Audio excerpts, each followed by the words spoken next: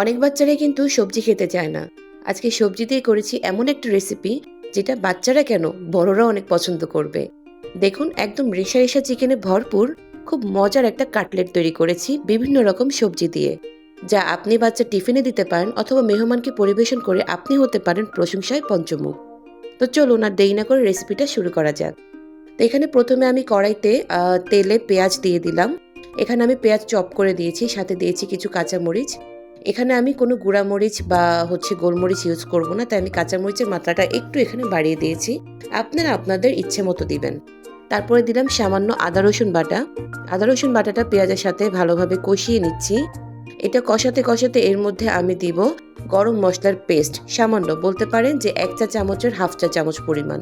কারণ এটার মধ্যে আছে দারচিনি, লং, এলাচি, জিরা এবং জায়ফল, জয়ত্রী ও শুকনা মরিচ।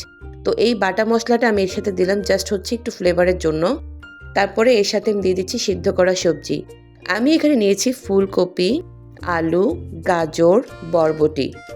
তো আপনারা চাইলে আপনাদের ইচ্ছে মতো আরও কিছু সবজি এখানে অ্যাড করতে পারেন। আমি সবজিগুলো আগেই সেদ্ধ করে নিয়েছি। সবজিগুলো প্রায় 70% মতো কুক হয়ে গিয়েছে। এখন এই মশলার সাথে সবজিগুলো আমি কিছুক্ষণ রান্না করে এগুলো পরে ম্যাশ করে নিব। তো এখানে আমি 1 টেবিল চামচ সয়া সস অ্যাড করে দিয়েছি আর সামান্য একটু লবণ দিয়ে সবজির সাথে এটা ভালোভাবে মিক্স করে তারপর এর সাথে আমি দিয়ে দিচ্ছি সিদ্ধ করা চিকেন, যেটা আমি আগেই ভালোভাবে একটু ভেঙে নিয়েছি। এটাও আমি সবজির সাথে ভালোভাবে মিশিয়ে নিব। তারপরে এগুলো একটা ম্যাশার মেশিন দিয়ে ম্যাশ করে নিব। দেখতেই পাচ্ছেন আমি এখানে সবজিগুলো চুলা থেকে নামিয়ে ম্যাশ করে নিচ্ছি।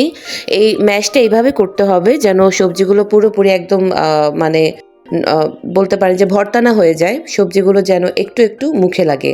ঠিক ওইভাবে একটু একটু আস্ত রেখে এটা ম্যাশ করে নিচ্ছি। ম্যাশ করার পরে কিন্তু আমি সবজিগুলো আবার চুলায় দিব এবং এর সাথে আরেকটা ইনগ্রিডিয়েন্টস দেওয়া বাকি আছে। এখন দিয়ে দিচ্ছি ধনেপাতা কুচি। আমি এখানে অনেকগুলো ধনেপাতা কুচি দিয়েছি, আপনারা চাইলে কম দিতে পারেন, বাট ধনেপাতার ফ্লেভার আমার কাছে খুব ভালো লাগে এবং মিক্স হয়ে গেলে কিন্তু এই পাতাগুলো দেখাও যাবে না। তো দেখতেই পাচ্ছেন মিক্স হয়ে গিয়েছে। এখন সবজিগুলো আমি ভালোভাবে ঠান্ডা করে নিব। ঠান্ডা করে এর সাথে দিব আর 2টা ইনগ্রেডিয়েন্টস। এখন আমি দিচ্ছি এখানে কর্নফ্লাওয়ার।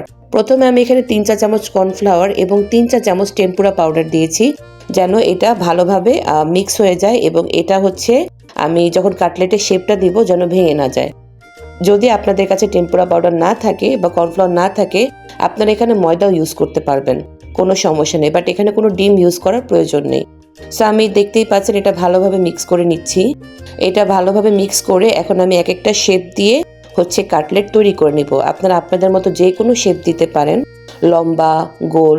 আমি এখানে হালকা করে একটু মাথাটা চৌকো করে এটা একটা পাতার শেপ দেওয়ার ট্রাই করেছি। তো কয়েকটা খুব সুন্দর হয়েছে আর কয়েকটা হয়নি। তো এখানে প্রথমে ডিমে কোট করে তারপর ব্রেড ক্রাম্ব লাগিয়ে নিচ্ছি।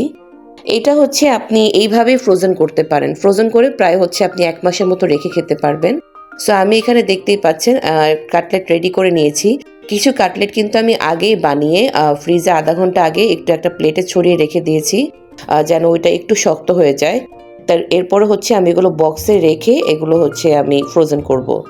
সো দেখতেই পাচ্ছেন কাটলেটটা রেডি হয়ে গিয়েছে। এই সেই বক্সটা যেখানে আমি নাগেটস আর রোল রেখেছিলাম। আপনাদেরকে আমি লাস্ট ভিডিওতে দেখিয়েছিলাম যে কিভাবে নাগেটস আর রোল আপনারা ফ্রোজেন করতে পারবেন।